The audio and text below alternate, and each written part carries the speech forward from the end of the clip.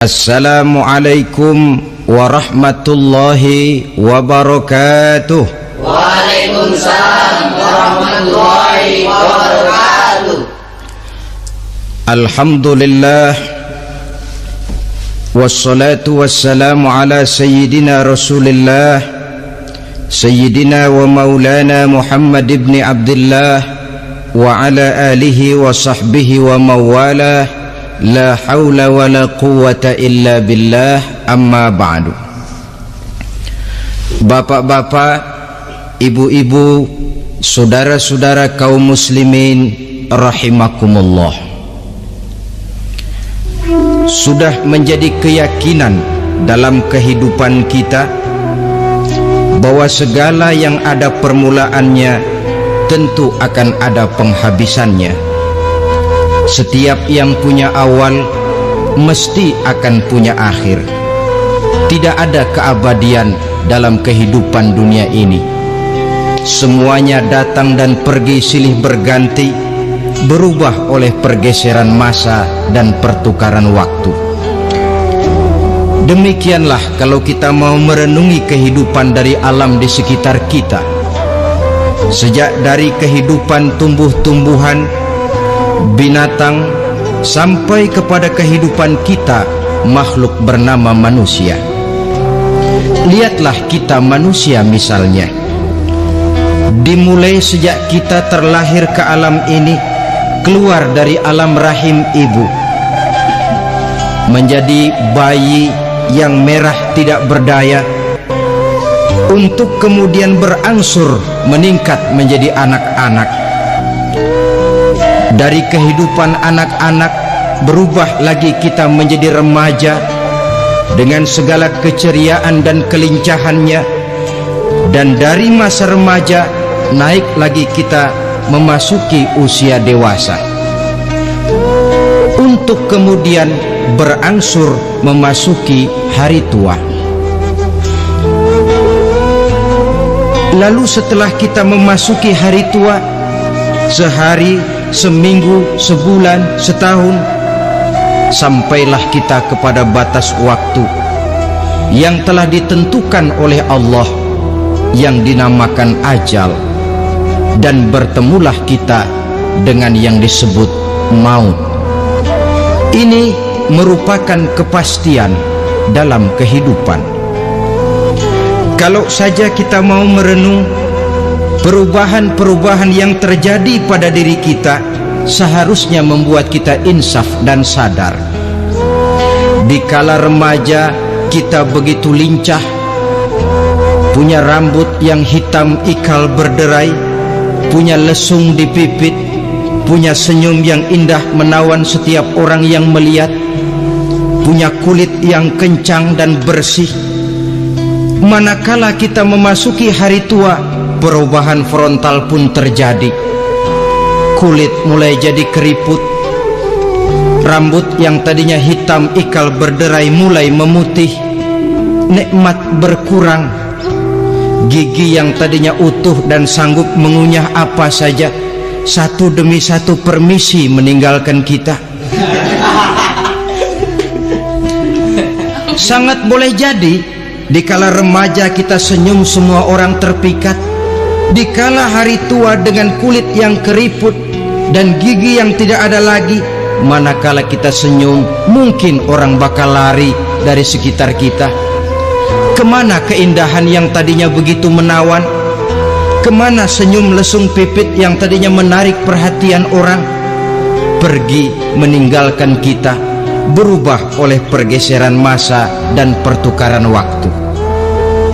Nah, bila maut datang menjemput kita, selesailah kehidupan sampai di situ? Ternyata belum. Kalau lahir merupakan perpindahan hidup dari alam rahim ke alam dunia, maka mati hakikatnya merupakan perpindahan hidup dari alam dunia ini ke alam kehidupan yang berikutnya, yang dinamakan dengan alam barzah. Andai kata hidup cuma sekali, secara moral kita sanggup berkata, alangkah tidak adilnya Tuhan. Kenapa? dalam kehidupan ini kan aneka ragam terjadi. Ada orang yang zolim, ada orang yang dizolimi. Ada orang yang membunuh, ada orang yang terbunuh. Ada orang yang kaya, ada orang yang miskin. Ada orang yang jujur, ada orang yang menghalalkan segala cara. Sehingga banyak ketidakadilan yang terlepas daripada pengadilan dunia. Lalu orang pun bilang, di dunia ini katanya banyak pengadilan tapi sulit keadilan. Di dunia ini mudah mencari pengadilan tapi sulit untuk mencari ketidakadilan. Andai kata hidup cuma sekali, tidak akan ada hidup sesudah hidup yang sekarang ini. Bagaimanakah nasib mereka yang lepas dari pengadilan dunia ini? Alangkah tidak adilnya Allah andai kata tidak ada kehidupan sesudah hidup yang sekarang. Tentulah akan terjadi di mana orang menghalalkan segala macam cara untuk mencapai tujuan. Yang penting kan saya kaya, yang penting kan saya punya jabatan dan kedudukan tinggi. Kalau perlu jilat atas, jilat atas. Kalau perlu sikut kiri kanan, sikut kiri kanan. Kalau perlu injak bawah, injak yang bawah.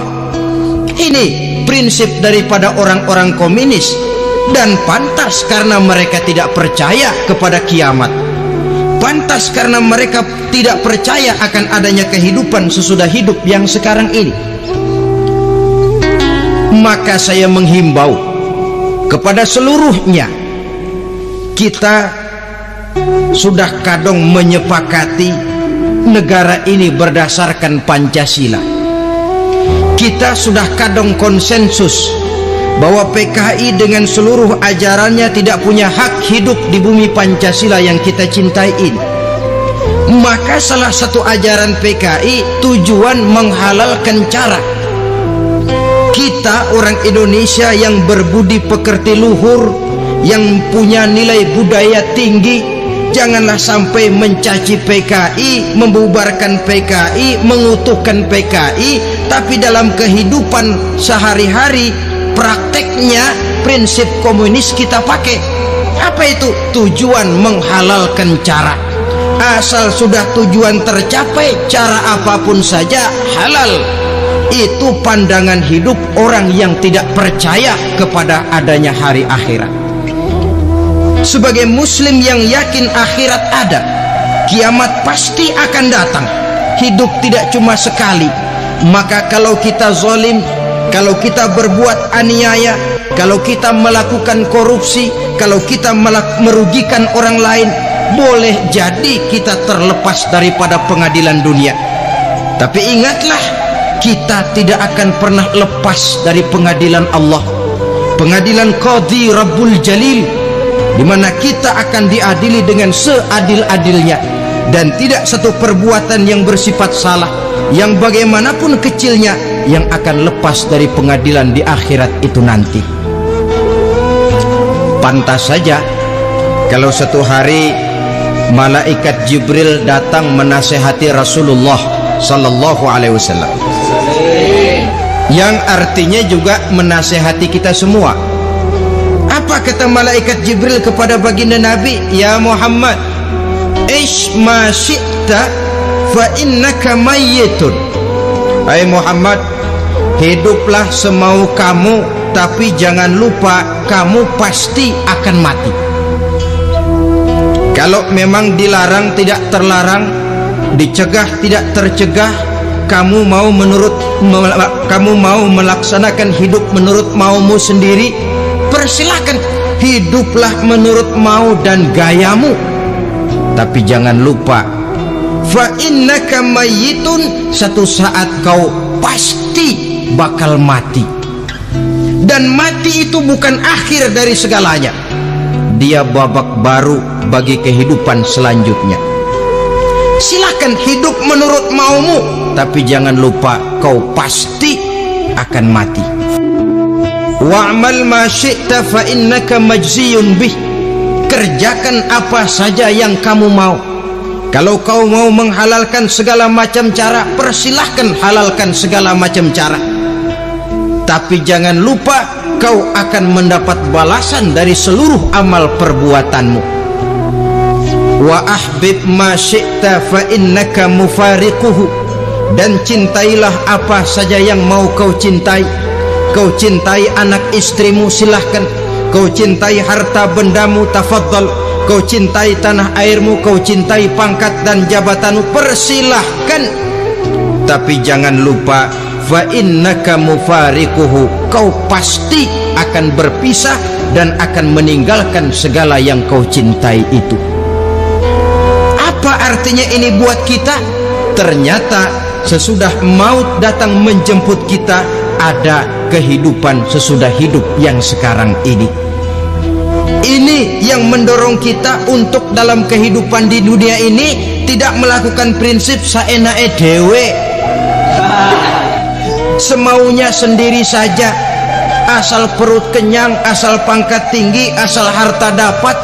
Masa bodoh dengan merugikan orang lain, masa bodoh dengan menipu orang lain.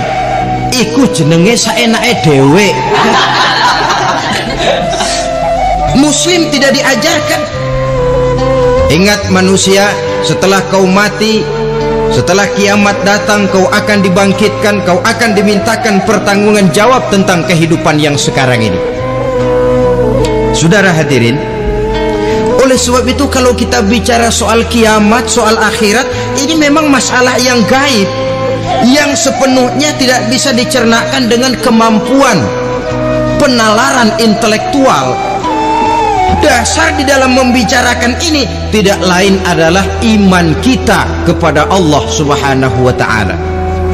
Bukan cuma zaman sekarang, dari zamannya Nabi, orang itu kalau sudah bicara kiamat, bicara akhirat, ada yang ragu-ragu, ada yang menolak sama sekali. Bukan dari zaman sekarang, dari zaman dulu. Pernah kok satu saat Rasulullah itu dakwah menceritakan, saudara-saudara, akan terjadi kiamat di mana Allah akan membangkitkan manusia dari kuburnya untuk memintakan pertanggungan jawab. Ini dalam dakwahnya Nabi pidato macam itu. Apa reaksi orang? Yang beriman ya mantap, tapi yang tidak beriman, bajingan-bajingan Quraisy ini, mereka bertepuk tangan, mengejek, mencaci. Malahan ini yang luar biasa, ada dua orang kafir namanya Ubay bin Ka'ab dan Al-As bin Wa'il. Mendengar pidato macam ini, mereka buru-buru pulang ke rumah. Ngapain? Ngambil pacul. Lalu berangkat nyari kuburan tua. Dia gali itu kuburan, tulang-tulangnya diangkut, dibawa ke depan Nabi. Ya Muhammad, tulang-tulang yang udah hancur begini, siapa yang bisa ngidupin lagi? Yang macam-macam aja kamu Muhammad, nggak rasional, nggak masuk akal. Allah menjawab. Apa kata Allah? Wa daraba lana mathalan wa nasiya khalqah qala man yuhyil 'izama wa hiya ramim qul yuhyiha alladhi ansha'aha awwala marrah wa huwa bikulli khalqin alim. Mereka memberikan perumpamaan kepada kami, kata Allah. Mereka melupakan asal kejadiannya. Mereka bertanya, siapa yang sanggup menghidupkan tulang belulang yang sudah hancur kayak begini? Qul yuhyiha alladhi ansha'aha awwala marrah. Katakan kepada mereka Muhammad, yang akan menghidupkannya adalah Dia yang telah menciptakannya pertama kali dulu. Kalau Dia sanggup menciptakan, Dia tentu lebih sanggup lagi untuk mengembalikan reproduksi ciptaan itu sebagaimana semula. Yang paling kasihan yang ragu-ragu, akhirat itu ada apa enggak sih? Kiamat itu ada apa enggak sih? Lantaran ragu-ragu, terombang-ambing dia antara harapan dan putus asa, antara kenyataan dan idealisme.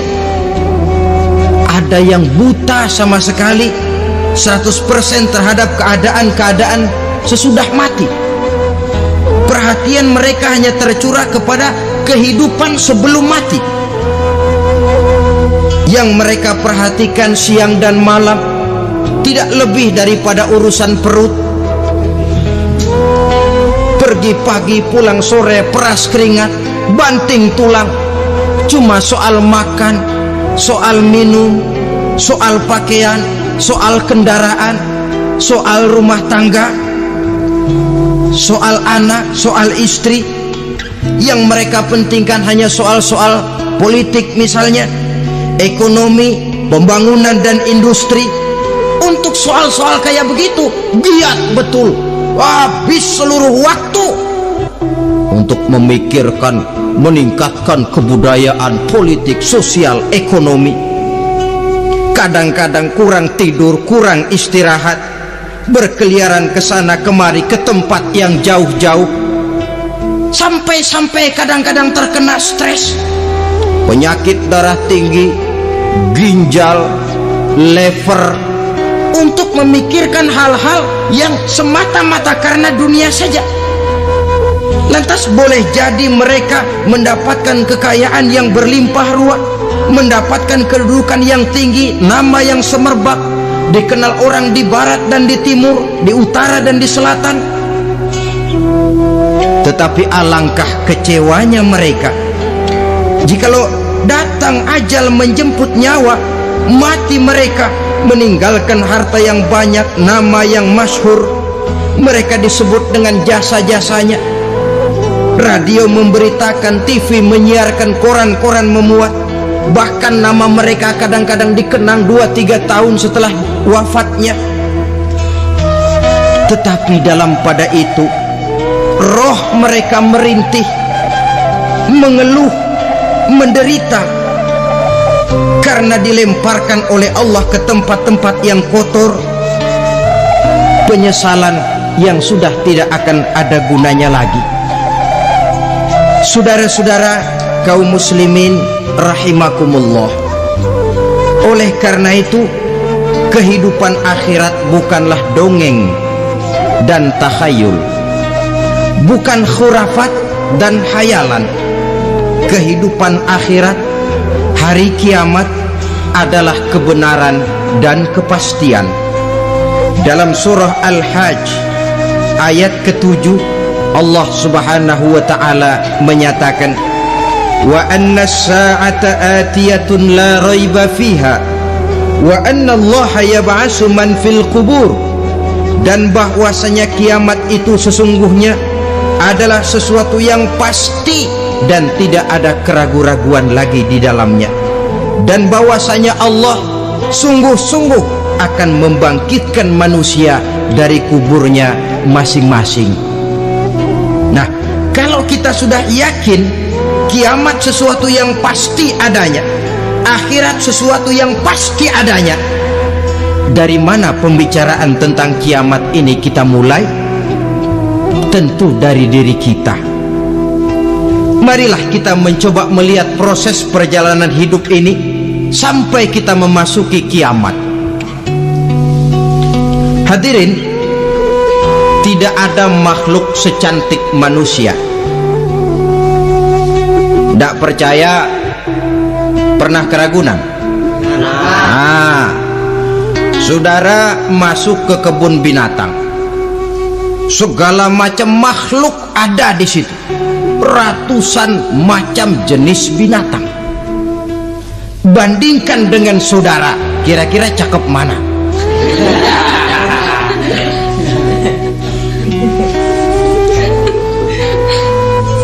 Dari seluruh makhluk yang diciptakan Allah itu, manusia fi ahsani taqwim, dalam bentuk yang paling sempurna, sejak susunan biologis sampai kemampuan berpikir.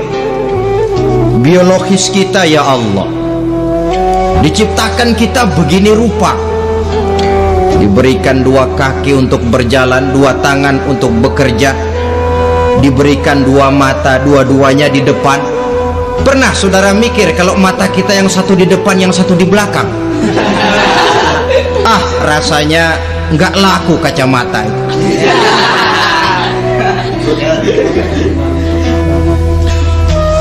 Diberikan hidung dengan 2 lubang, tahu betul Allah ke bawah lagi lubangnya.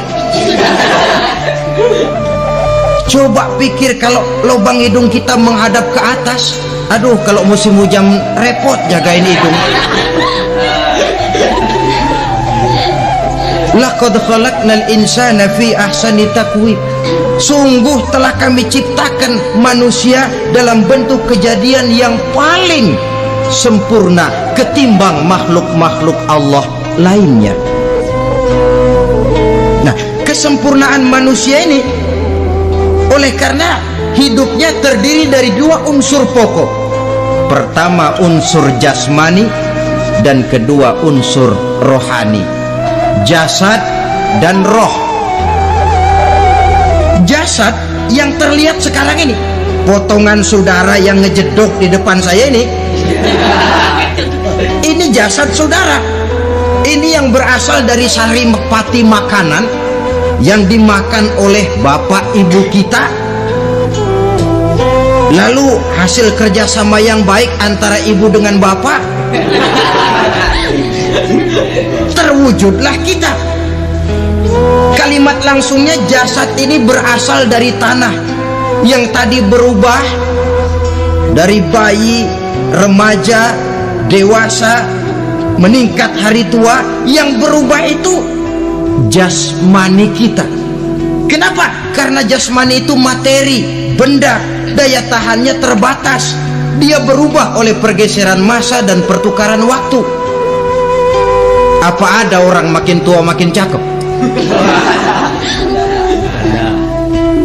Jasmani oleh karena dia materi, dia berubah oleh pergeseran masa dan pertukaran waktu. Nah, yang menyebabkan jasmani itu bergerak karena ada roh di dalamnya. Ini yang menyebabkan kehidupan. Ini yang menjadi sumber kehidupan, pusat kesadaran dan pengertian dalam kehidupan manusia. Tanpa roh dalam diri kita, maka jasad kita. Pernah lihat orang mati? Nah, itu kalau orang mati, coba perhatikan. Apanya yang kurang? Kupingnya masih ada, tapi sudah tidak sanggup mendengar. Matanya masih lengkap, tapi tidak mampu melihat. Jangankan melihat, terbuka saja tidak.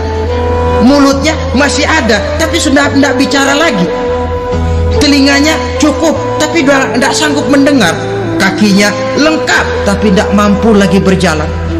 Apa penyebabnya itu? Ternyata jasmani kita, jasad ini, manakala sudah ditinggalkan oleh roh, dia tidak akan bisa berdaya apa-apa, tidak mampu berjalan, tidak pula berbuat, tidak pula bekerja apapun saja. Saudara-saudara, dua-duanya punya kebutuhan. Jasmani ada kebutuhannya, rohani pun ada kebutuhannya. Jasmani yang jelas perlu makan, perlu minum, perlu tidur, perlu pakaian dan sebagainya. Nah, apabila saat berpisah datang, ajal sampai, berpisahlah roh dan jasad, dan itulah yang dinamakan dengan maut. Jadi apa sih mati itu? Mati adalah berpisahnya roh dengan jasad. Sebab itu Islam sangat menganjurkan kita untuk banyak-banyak mengingat mati. Bagaimana caranya mengingat mati? Pertama, mati itu kan pasti. Kira-kira yang hadir di sini ada yang nggak mati nggak kira-kira? Semuanya bakal mati kan? Berani? Berani. Sekarang mau? Saudara, sebenarnya kalau kita merenung lebih jauh, orang itu tidak perlu takut mati, walaupun tidak boleh terlalu berani menghadapi mati. Karena bagaimanapun takutnya kita kepada mati, toh dia pasti datang. Bagaimanapun beraninya kita mati, kalau belum ajal ya tidak mati juga. Jadi muslim itu kan harus berani menghadapi hidup dan tidak takut menghadapi mati. Mati adalah sesuatu yang pasti. Muslim dianjurkan banyak-banyak mengingat mati dalam kehidupan. Caranya bagaimana? Pertama, berziarah, nengokin teman yang sakit. Ya? Suka nengokin teman yang sakit enggak? Oh, itu pahalanya kata Nabi. Menengok orang yang sedang sakit lebih afdol daripada sholat sunnah 1000 rakaat.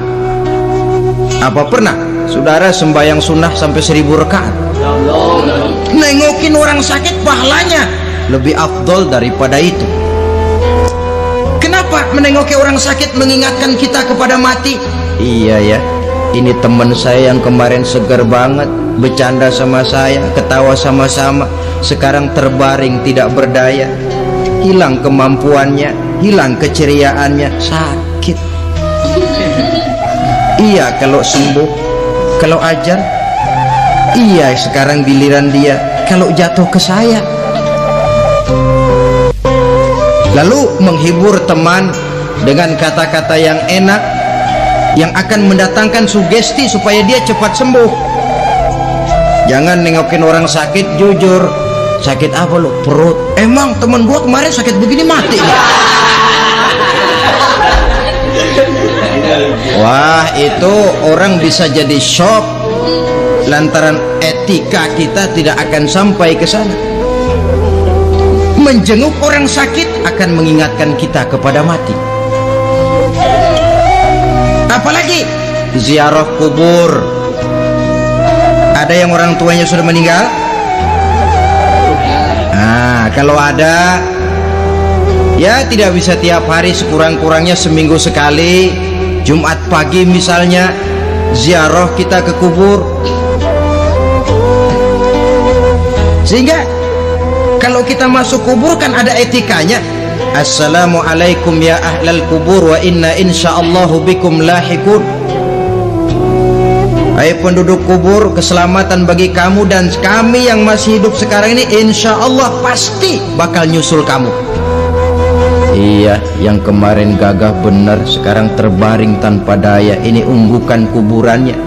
Yang kemarin ada sekarang sudah tidak ada. Kemana dia? Kami satu saat pasti akan begini. Ingat mati.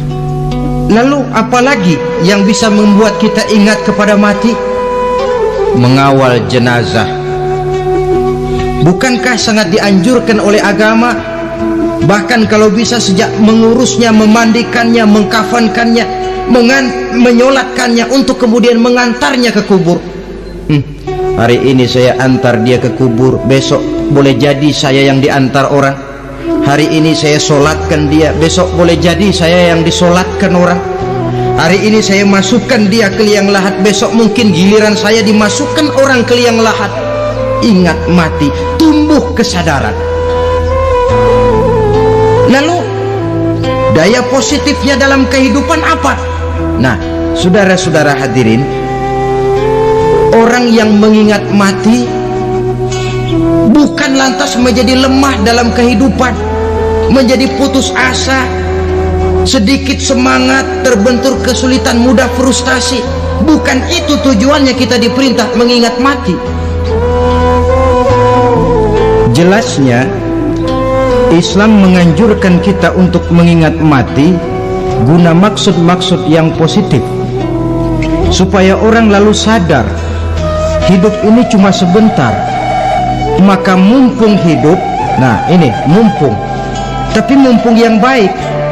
Mumpung hidup, maka hidup yang singkat ini harus saya pergunakan dengan sebaik-baiknya, melakukan kebajikan yang sebanyak-banyaknya, menjauhkan rasa malas, menunggu keajaiban yang datang dari langit, berleha-leha, bermain-main, sementara maut kalau dia datang tidak pernah main-main.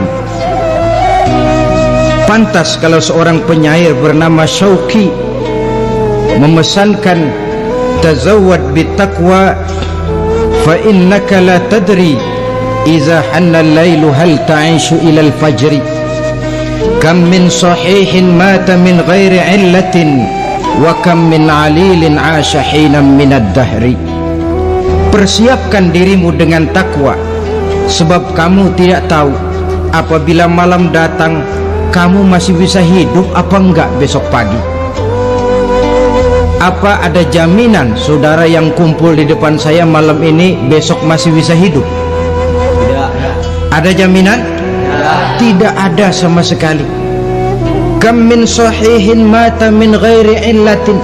Berapa banyak orang sehat mati nggak pakai sakit lagi. Sebabnya kadang-kadang ringan saja. Ada yang cuma jatuh di kamar mandi mati. Ada yang cuma ketiban pensil. Iya, kalau ketiban pensil 3 peti masa nggak mati.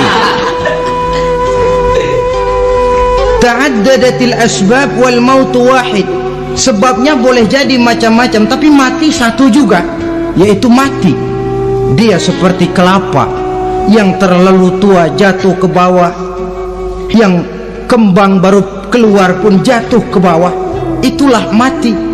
Dia datang menjemput yang bayi, dia datang mengambil yang anak-anak, dia datang juga kepada yang remaja, kepada yang dewasa, kepada yang tua sekalipun.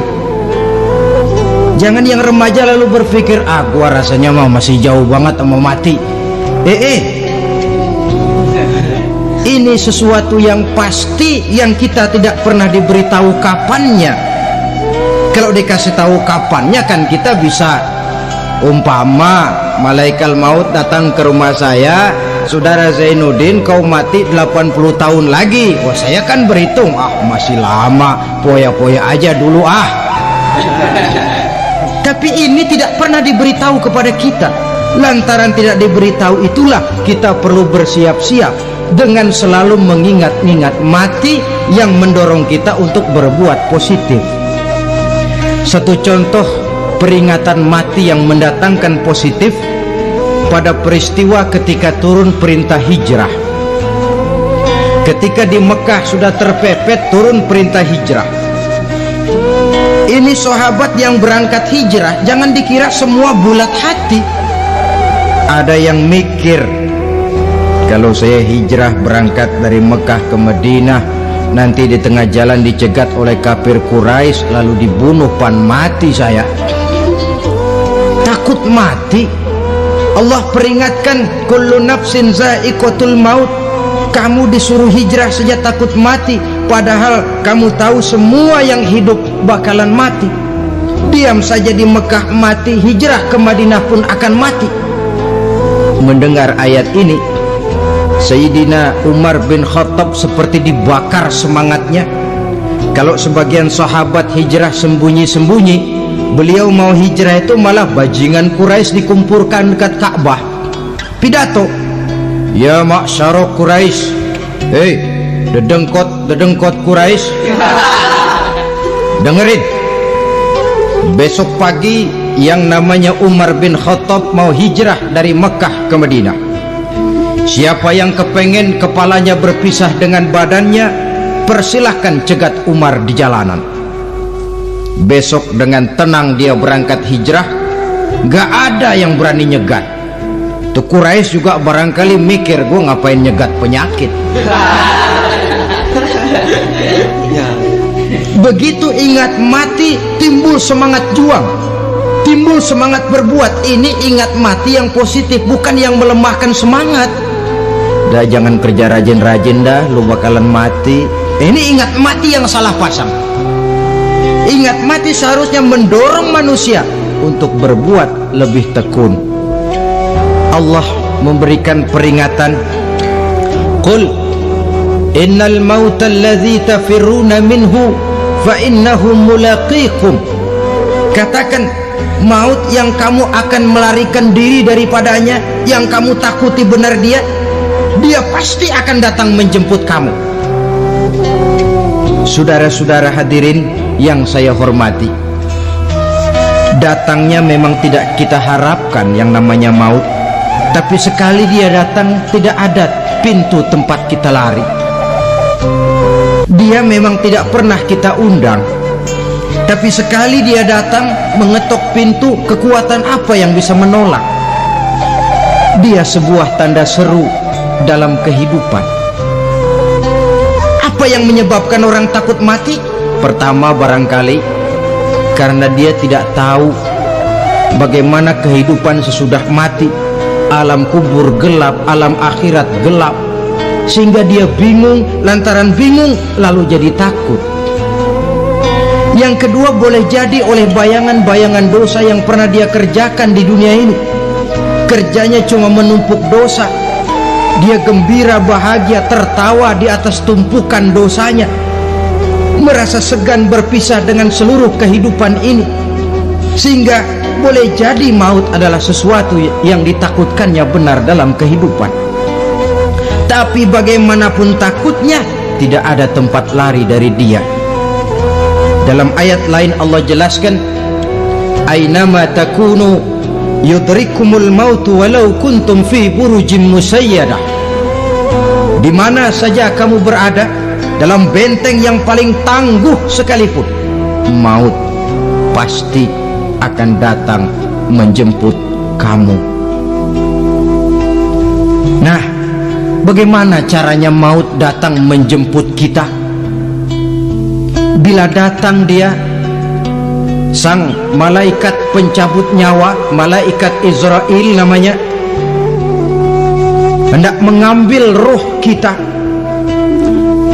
Dalam suasana macam begitu, di akhir kehidupan dunia, dalam berhadapan dengan sakaratul maut, terbagilah manusia dalam dua bagian besar. Pertama, yang menghadapi sakaratul maut itu dengan husnul khatimah, baik di akhirnya, sehingga pada saat ruhnya berpisah dengan jasadnya, kelihatan dia seperti senyum, mukanya cerah. Bahkan sebelum itu boleh jadi dia sempat meninggalkan pesan-pesan yang baik. Ada yang sempat azan, ada yang sempat baca Quran. Pernah kan nemui orang yang mau mati seperti itu? Yang sempat azan, yang sempat baca Quran, yang sempat meninggalkan wasiat-wasiat yang baik. Sebab apa? Malaikat maut datang menjemput mereka juga dengan baik-baik. Dicabut ruhnya perlahan-lahan, tapi sungguh pun perlahan-lahan. Pedihnya, sakitnya tetap tiada tara. Rasulullah Sallallahu Alaihi Wasallam, dikala beliau hendak berhadapan dengan sakaratul maut, diceritakan mencelupkan tangannya ke dalam gelas berisi air, lalu mengusapkannya ke muka beliau seraya berdoa, "Ya Allah, mudahkan saya dalam menghadapi sekarat ini." Beliau juga yang mengatakan bahwa sakitnya sakaratul maut sama dengan 300 kali bacokan pedang. Sehingga kita diajarkan doa. Di antara doa selamat itu kan ada, Allahumma hawwin alaina fi sakaratil. Ya Allah, mudahkan saya di dalam menghadapi sakaratul maut itu. Ketika ruh ini keluar dari jasad, mata masih mengikuti ruh itu.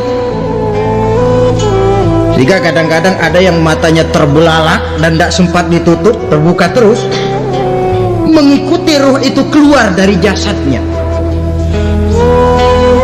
Adapun golongan kedua, manusia yang ketika berhadapan dengan sakaratul maut mendapatkan su'ul khatimah, jelek di penghabisannya.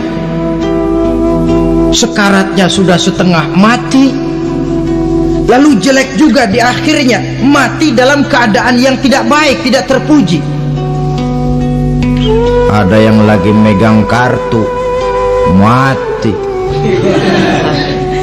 Ada yang lagi di tempat ngadu ayam, mati. Ada yang lagi di tempat pelacuran, mati. ada yang lagi megang botol minuman keras, mati. Nih barangkali malaikat maut gemes banget nariknya, lu bajingan, lu tarik terus ya. Mati su'ul khatimah.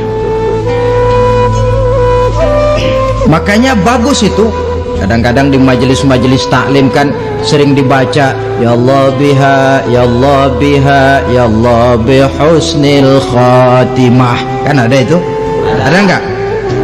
Saudara hadirin, mohon agar oleh Allah kita diberikan husnul khatimah, baik di saat ruh akan berpisah dengan jasad. Ini sesuatu yang pasti. Sang malaikat maut datang menjemput nyawa. Setelah ruh berpisah dari badan, maka tinggallah sang badan, ditangisi oleh semua yang kita tinggalkan. Sehingga kepada putrinya Fatimah, ketika malaikat maut datang hendak menjemput baginda Nabi, beliau berkata kepada anaknya Fatimah, kamu tahu siapa yang datang? Saya tidak tahu Bapak. Yang datang hadimul lazat, itu dia yang menghancurkan seluruh kesenangan dunia. Wa qati'us syahwat, yang memisahkan kita dengan seluruh yang kita cintai. Dia malaikat maut, Pak. Manakala jasad sudah ditinggalkan oleh ruh, itulah yang dikerubungi orang. Anak menangis, istri menangis, orang tua bersedih, teman-teman merasa kehilangan, menangisi jasad. Diuruslah jasad kita, dimandikan sebagaimana mestinya, dikafankan dengan kain putih 3 lembar. Itu yang hendak kita bawa kembali ke tempat asal kita. Pakaian sutra jas yang mereknya Switzerland wool, kain yang Samarinda, sepatu yang Belly atau Beltoni, jam tangan yang Rolex, kendaraan yang serba mewah, tidak ada yang menyertai kita. Kain putih 3 lembar itu saja lagi. Demi setelah dikafankan, dibujurkan kita menghadap ke arah kiblat, orang banyak pun datang menyolatkan kita dengan 4 takbir, diiringi dengan doa. Lalu upacara pelepasan, berangkat kita meninggalkan anak, istri, suami, kampung halaman, tanah air, bahkan alam dunia ini. Selamat tinggal alam dan seluruh isinya. Tinggallah yang tinggal. Saya akan kembali ke tempat asal dari mana saya datang, untuk kembali mempertanggungjawabkan seluruh perbuatan saya dalam kehidupan ini. Manakala upacara pelepasan selesailah sudah, dimasukkan kita ke keranda jenazah, digotong orang, bismillah wa ala millati rasulillah, dibawa ke tempat peristirahatan terakhir katanya. Padahal dulu kalau mau kita istirahat, ke villa lah kita, ke Bali lah kita, ke Hong Kong lah kita, ke tempat-tempat tamasya yang indah. Oh, rupanya akan sampai juga perjalanan menuju tempat peristirahatan terakhir yang luasnya tidak akan lebih dari 2 kali 1 meter. Diusung orang kita, diantarkan orang banyak. Manakala sampai ke atas liang lahat, pengusung jenazah dibuka, diturunkan kita ke liang lahat, dibaringkan. Gumpalan tanah akan jadi bantal kita. Muka dibuka, dihadapkan ke arah kiblat. Setelah itu ditutup tiang lahat kita, liang lahat kita dengan kayu. Masih belum kurang, diuruk dengan tanah. Yang menguruk orang-orang yang tadinya mencintai kita, menyayangi kita. Tapi ketika jasad sudah ditinggalkan ruh, habis rupanya cintanya. Coba jasad kalau sudah ditinggalkan ruh, 3 hari aja di rumah serem. Ya mayit, siapa yang betah nemenin mayit?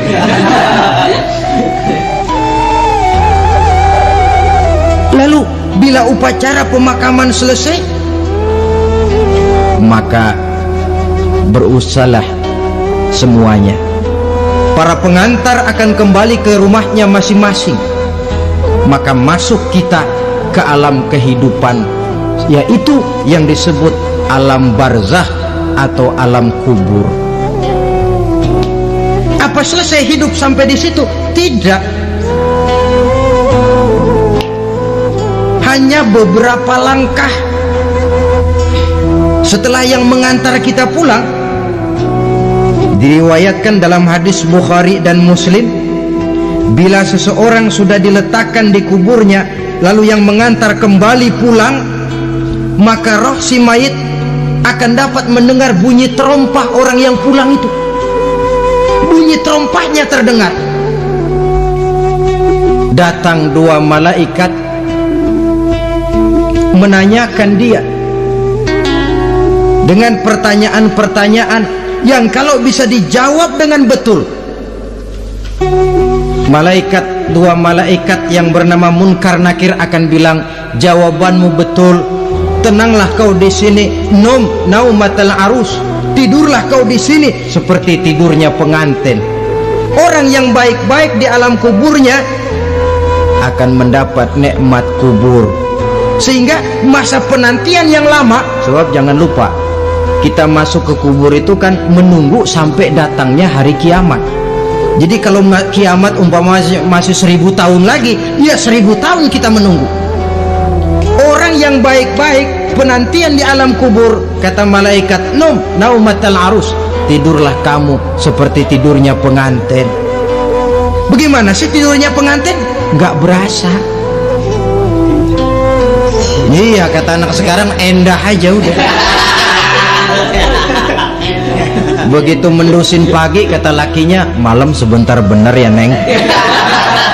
Sebentar betul katanya malam. Ya tentu saja tidak terasa. Kenapa? Dia tidak pernah memikirkan waktu, terbawa oleh kenikmatan dan kelezatan yang dirasakannya dalam kehidupan. Tapi orang kafir, orang yang dosanya bertumpuk, tidak sanggup menjawab pertanyaan dua orang malaikat, maka dia akan mendapat azab di alam kuburnya terus menerus siang dan malam sampai datangnya hari kiamat. Ibarat maling ayam ketangkep, belum masuk pengadilan udah digebugin duluan. Kan begitu kan? Ada maling ayam nggak di sini? Nah, itu yang nyaut tadi pengalaman itu.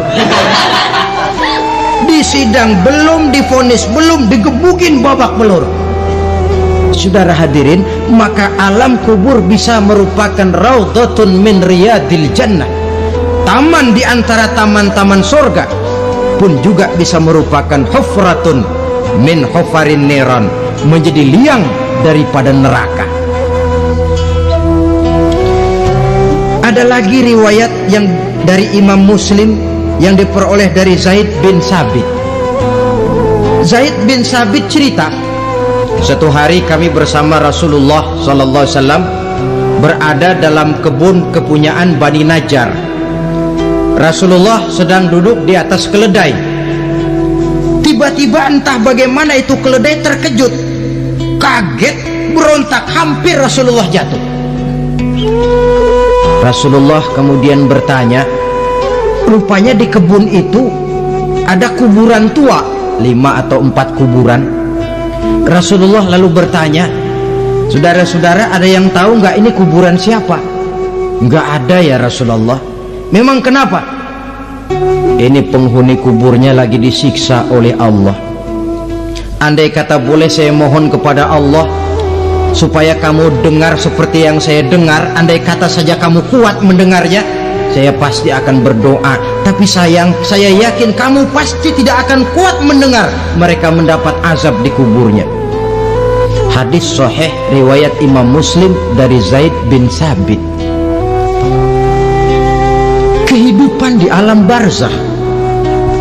Pak, iya kalau yang matinya dikuburin. Lah kalau yang matinya diceburin ke laut, dibakar, di medan perang hilang, nggak ketahuan kemana jenazahnya. Saudara, hilang kek, dikubur kek, di dalam lautan direndam kek, itu kan cuma logika kita. Menurut Allah tidak ada perbedaan orang mati dikubur di dasar lautan atau dibakar sampai jadi abu atau gugur di medan perang tidak ketemu jenazahnya. Entah mereka tetap masuk ke alam barzah namanya.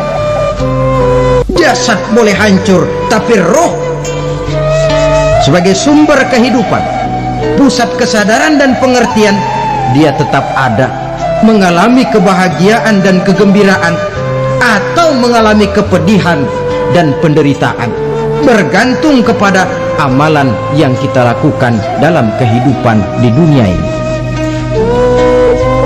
Maka dalam Yasin tadi kan jelas, qul yuhyiha alladzi ansha'aha awwala marrah, yang menghidupkan mereka yang dikubur di dasar lautan, mereka yang dibakar sampai jadi abu, yang akan menghidupkan ialah Allah yang menciptakan mereka dulu pertama kalinya.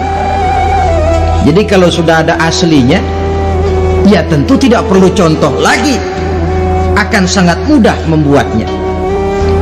Orang tua kita, keluarga kita yang sudah berpulang, mereka di alam barzah sekarang ini bisa mendapat nikmat kubur, bisa mendapat azab kubur, bergantung amalan mereka dalam kehidupan di dunia ini.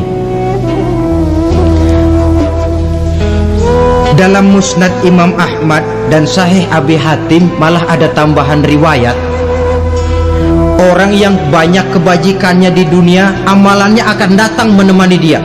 Sholatnya dekat kepalanya, puasa sebelah kanan, zakat sebelah kiri, menghibur dia. Malahan dikatakan berbentuk orang yang cantik menemani dia di alam kuburnya.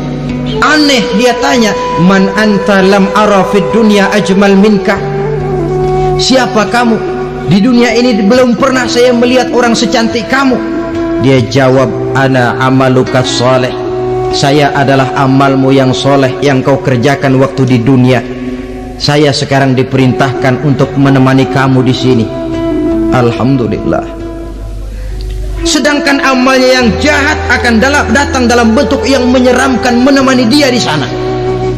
Bayangin dah, di kuburan ditemenin yang serem-serem. Sama juga di dunia. Di dunia kalau kita di tempat gelap ditemenin orang cakep, enak nggak? Wah, pengalaman. Tapi coba bayangin, sudah tempatnya gelap, yang nemenin jelek nggak ketulungan, gerah kita. Nah, saudara hadirin yang saya hormati, lalu bagaimana tempat arwah-arwah yang sudah kembali menghadap Allah yang disebut mustaqarrul arwah itu? Macam-macam tingkatannya sesuai dengan profesi dan amalannya waktu di dunia. Ada roh-roh itu yang setelah pisah dengan jasad, artinya mati, ditempatkan di tempat yang disebut a'la iliyin, tempat yang tertinggi. Siapa ini? Arwahnya para nabi dan para rasul. Ini fi a'la iliyin, di tempat yang tertinggi. Arwahnya para nabi, arwahnya para rasul. Dan karena kita bukan nabi, bukan rasul, ya jangan mimpi dapat tempat fi a'la iliyin, kecuali kalau Allah menghendaki. Itu hak prerogatif Allah, tapi kan tidak adil kalau Allah melakukan itu. Ini kelompok roh-roh yang masuk golongan VIP. Wah, the first class. Para nabi, para rasul. Lalu ada pula roh-roh itu yang setelah pisah dengan jasadnya diumpamakan seperti burung-burung hijau yang berterbangan di perkebun-kebunan surga. Roh siapa mereka ini? Rohnya para syuhada, orang-orang yang mati syahid gugur membela agama. Nah, ini bedanya orang mati syahid dengan pahlawan, ya. Apa bedanya syuhada dengan pahlawan? Kalau syuhada, orang yang gugur membela agama, niatnya karena Allah, mati syahid.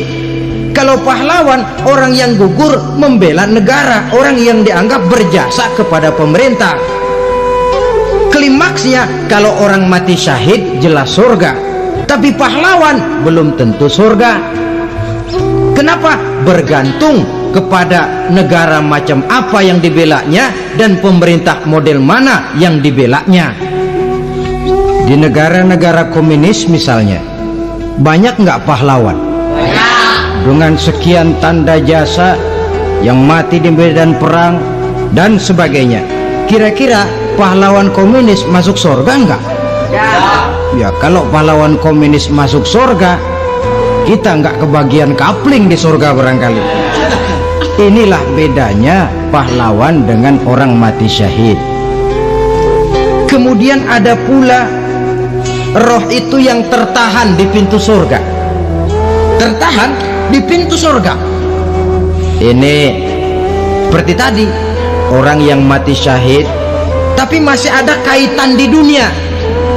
Rasulullah pernah ditanya orang, ya Rasul, kalau saya maju ke medan perang bela agama mati syahid, apa saya masuk surga?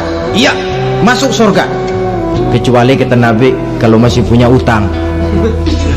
Nah, tertahan di pintu surga. Ada pula roh itu yang tertahan di alam kuburnya.